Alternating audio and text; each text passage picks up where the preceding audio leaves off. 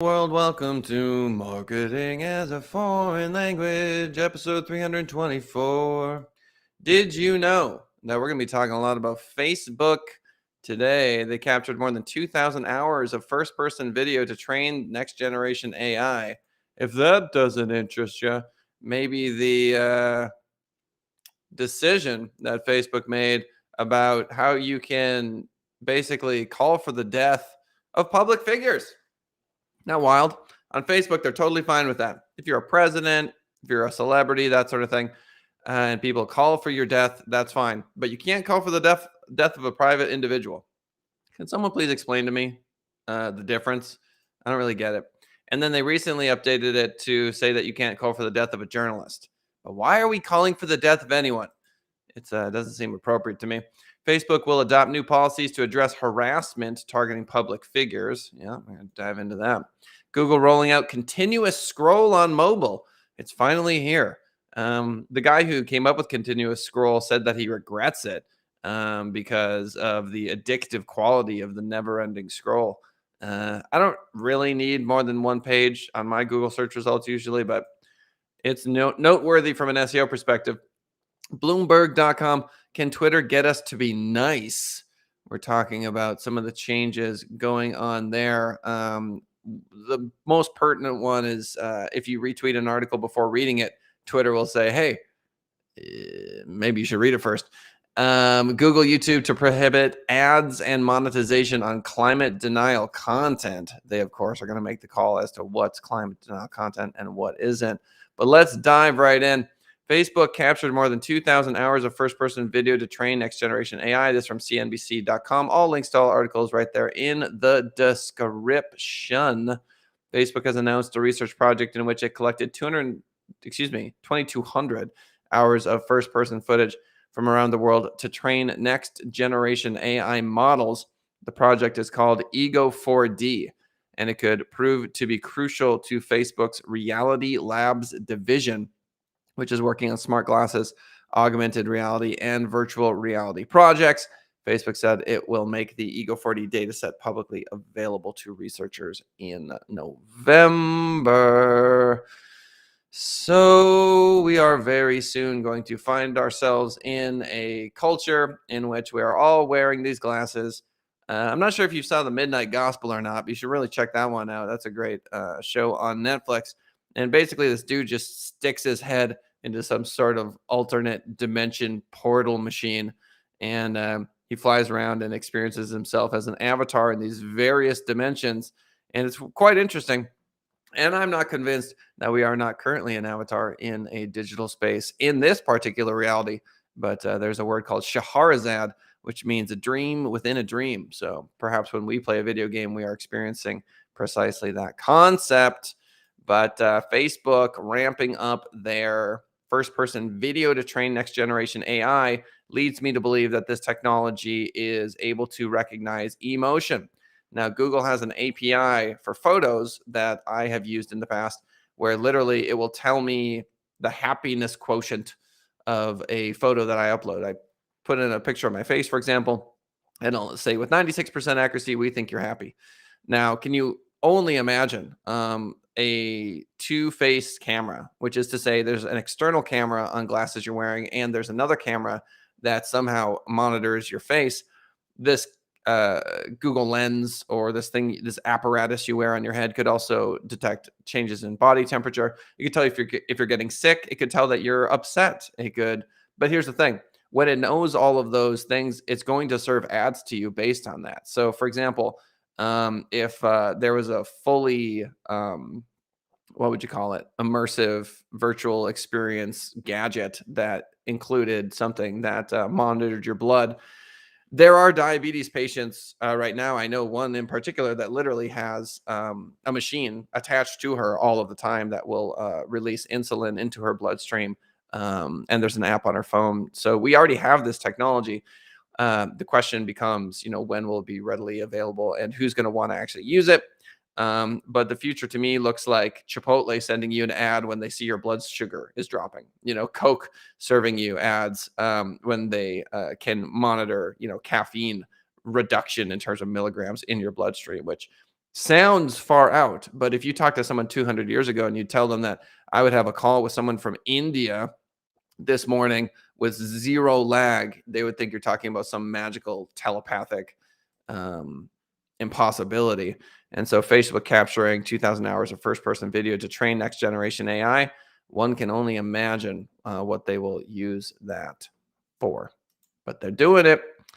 Facebook to change rules on attacking public figures on its platforms. As I mentioned earlier, in lieu or rather in light of Francis Haugen's testimony in front of Congress, showing internal Facebook documents saying that they don't do anything on about 95 to 97% of hate speech on the platform, and 0.6% of violence. So they do almost nothing when it comes to violent content.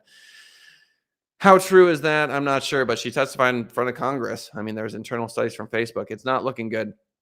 Facebook, obviously, they're aware of that. They're trying to do something about it. What are they doing? They're saying that, for example, in the instance of George Floyd's death, they remove content that is considered hate speech because, in their mind, they made him an involuntary public figure. This from Reuters.com. And so the basic idea is if you're a public figure, you get different rules. And it's interesting to me. So George Floyd, they use as a way to stop hate speech. But then if you have another public figure like a president or something, they use that same logic to say, no, you can call for the death of this person. That this seems very strange to me. I don't know why we would treat these people that differently. I don't really think calling for the death of anyone is a smart move, and I think the anonymity of the internet is problematic. I have never really used anonymous profiles, and so I haven't had the desire to say things under this sort of masked identity. But if you are that kind of person and you have a bunch of anonymous internet avatars, drop us a line, leave a comment, youtube.com/send it rising. Um, there's a lot of trolls on TikTok. I've gotten a lot of funky comments, stuff that I cannot imagine for a millisecond someone actually saying to my face in the non-digital space. They easily say on places like TikTok, social media, etc. So, moving right along, NPR.org, Facebook will adopt new policies to address harassment targeting public figures. Facebook's going to expand its current harassment policies to further protect users from abuse and harmful content. They announced they ban content that degrades or sexualizes public figures. Interesting. Such as elected officials, celebrities, activists, and journalists.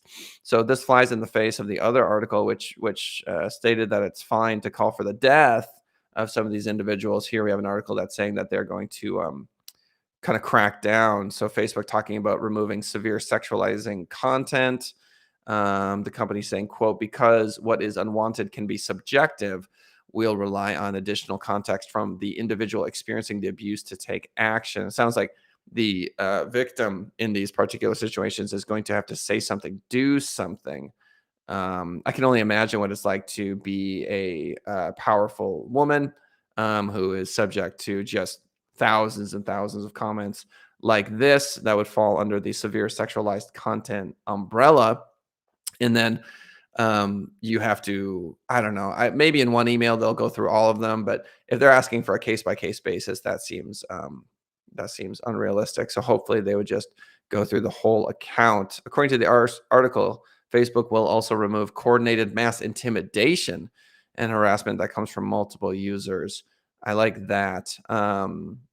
That reminds me of doxing and some of the other horrifying things that people are doing to intimidate and make other people feel terrible online. So here we go. So the article continues on talking about the whistleblower Francis Haugen's interview and congressional testimony. And this to me is sort of Facebook going, you know what? We have enough money. I understand that Facebook has to pay their employees and that they've gotten accustomed to a certain standard of living and all this sort of thing. And when they look at inflammatory content, from one perspective, it's just really profitable for them. And so they do not have a financial incentive to make those kind of creators angry. and because those people will straight leave the platform. And so that's what the existential crisis I think Facebook is having, is that if they are to really bring the hammer down, they will lose people. So these people that are saying these things, that are being trolls, they produce a lot of content, and the content that they produce is incendiary, and therefore it gets a lot of likes and shares. And so they are these money makers for Facebook. I mean, I refer to it as getting Zuckerberged.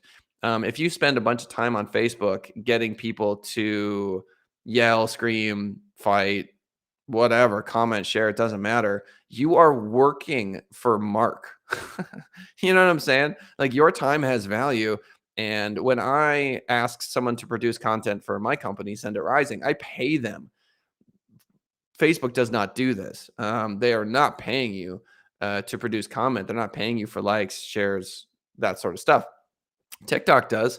There are other platforms that do that. If you have a great page, maybe that's something Facebook would consider in the future. But um, the reality is, YouTube does it. You get a ton of views. You can monetize.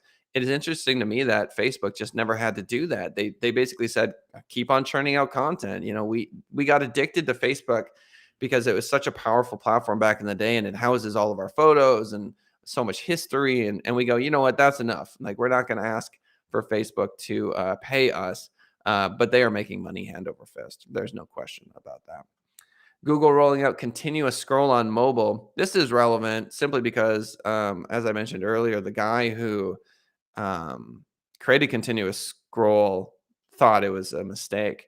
And now Google search results are getting so filled with what's referred to as rich snippets, which are photos, videos, that sort of stuff, that scrolling does kind of make sense. I'm literally looking at a GIF of what it looks like. If you're looking at a recipe, for example, pumpkin pie recipe, there's a million different things that Google can provide. And I think continuous scroll on mobile is going to be quite interesting. So I wouldn't so easily dismiss it. It's going to change the way people behave. And I would argue that the top results won't be as relevant as they used to be. They'll still be very relevant, and you still definitely want to rank in the top three. That being said, um, as people scroll, a lot of other folks that normally wouldn't be seen will be seen. Bloomberg.com. Can Twitter get us to be nice? Twitter Inc. is trying to change the cesspool, as this article puts it, of what's going on. It now alerts people who are about to retweet misinformation on topics such as elections and COVID-19. And it recently began asking people to actually read articles before retweeting. So these little alerts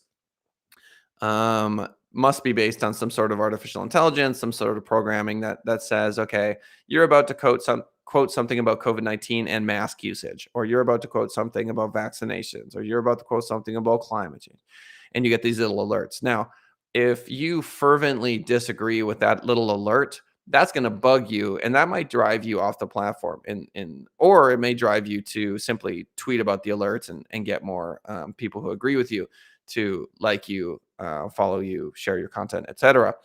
But things like this, it's so fascinating that these social media um, behemoths are taking a stand, because they're private companies and they have the right to do that.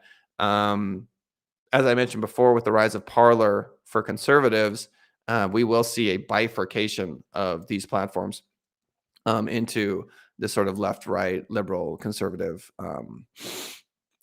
space. I mean, there's just no way of avoiding it. I think.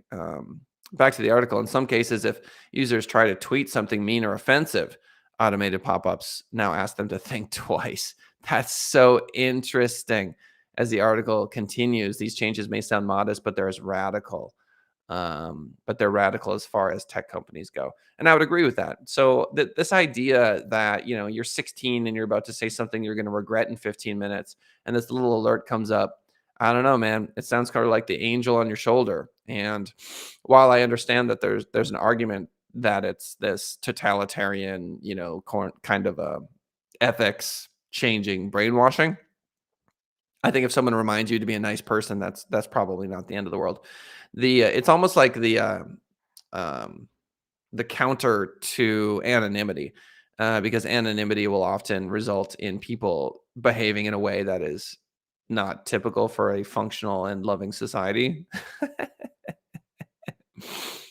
Which is to say, if the adult in the room happens to be artificial intelligence that says, yeah, here's an idea. Maybe don't call that person that horrifying thing. It's on the internet. It's only going to last forever. So you might want to stop. And let's talk about that in general. Let's talk a little bit about love and anonymity. So, in a perfect world, I would argue, we see each other as ourself. We notice the plight of other people, and we see it as our plight. When others are hungry, we're hungry. When they're satisfied, we're satisfied. We realize the community and the fact that we are literally breathing the same air, we are drinking the same water, and it is vitally important for us to understand that we are one body. And in that realization, we begin to treat one another differently at a bare minimum on a linguistic level. What we say to one another. It's so important to be honest and to love everyone.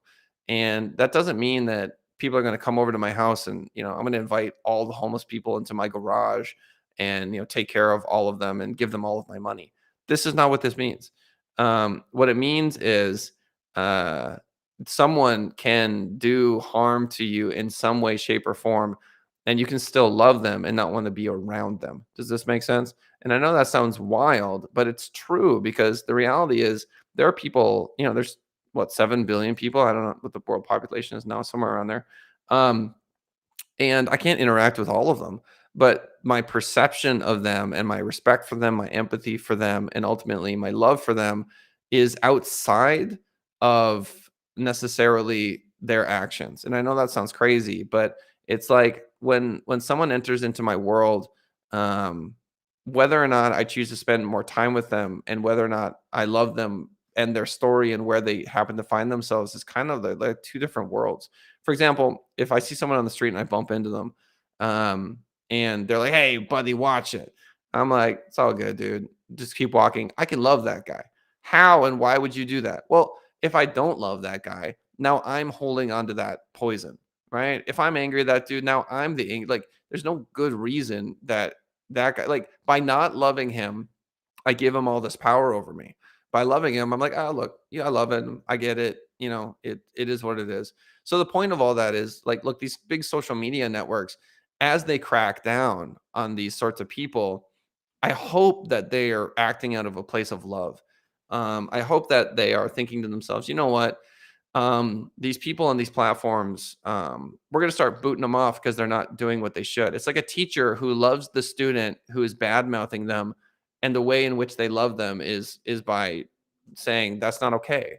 It's tough love. I guess what I'm talking about is tough love. At the end of the day, I'm talking about tough love, and the social media companies' desire to do that and pray and hope that it's not going to completely collapse their company, because tough love when in a kind of parent situation is they're your kids, where are they going to go? Tough love in a teacher situation is they're your students, where are they going to get up and leave?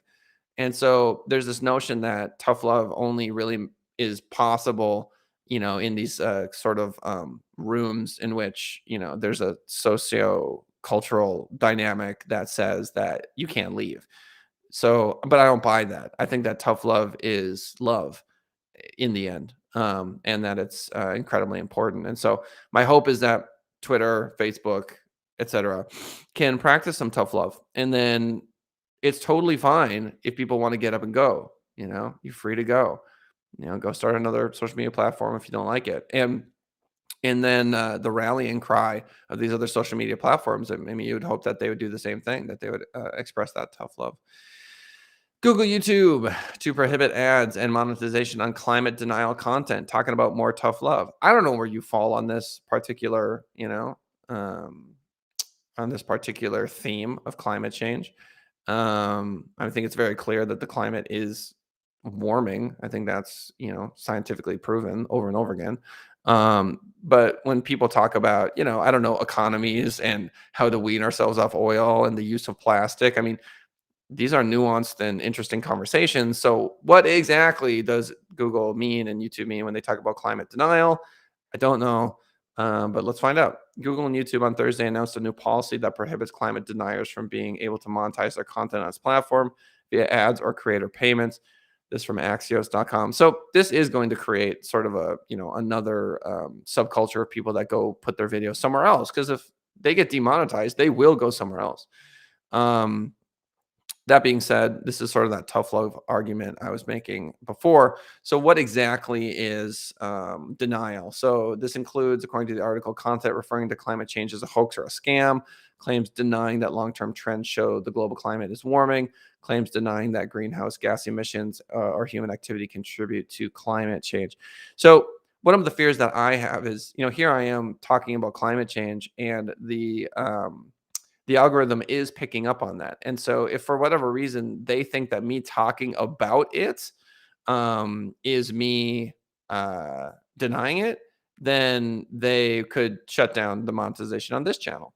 Do you see what I'm saying? So these sorts of problems are the same problems that people have with policing, which means that they assume certain things, and when they get it wrong, it's really, really bad for the content creators. And those people might leave too because they were falsely accused of something. And so policing is hard.